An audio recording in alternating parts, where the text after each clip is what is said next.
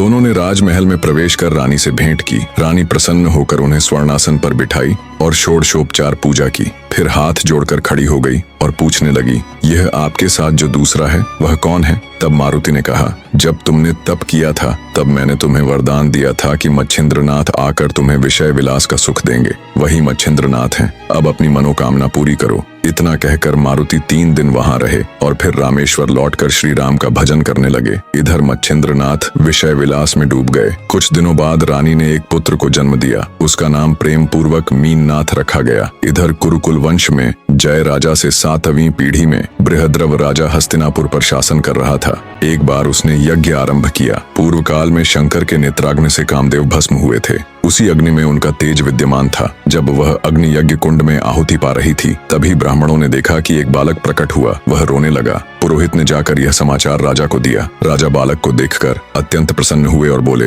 यह तो प्रत्यक्ष कामदेव का मूर्त रूप है। राजा उस बालक को रानी के पास लाए। रानी का रूप अप्सरा के समान था। उसने बालक को स्तन से लगाते ही दूध आ गया। पूरा राज्य उत्सव में डूब गया। 12वें दिन बालक का नामकरण हुआ और उसका नाम जालंधर रखा गया। गांव में मिठाई बांटी गई और याचकों को धन द्रव्य दान दिया गया। बाद में बृहद्रव राजा ने जालंधर का उपनयन संस्कार कराया। एक दिन उसके विवाह का विचार मन में आया और प्रधान धूमिन तथा पुरोहित को वर वधू की खोज हेतु भेजा। कुछ समय बाद जालंधर ने अपनी माता से पूछा, पिता और पुरोहित कहाँ गए हैं? माता ने कहा, तुझे विवाह योग्य कन्या ढूंढने। तब जालंधर ने पूछा, पत्नी कैसी होती है? माता बोली, मेरे जैसी। यह सुनकर जालंधर को जिज्ञासा हुई। उसने अपने साथियों से पूछा, पिता माता मुझे पत्नी क्यों देना चाहते हैं? उसका कारण बताओ। साथियों ने सब स्पष्ट कर दिया। यह सुनकर जालंधर सोचने लगा, यह संसार अधम है। जहाँ से जन्म लेना पड़ता है उसी स्थान से फिर उसी कार्य में प्रवृत्त होना उचित नहीं। मुझे इस मोहजाल से बचना चाहिए। और वह वन की ओर निकल पड़ा।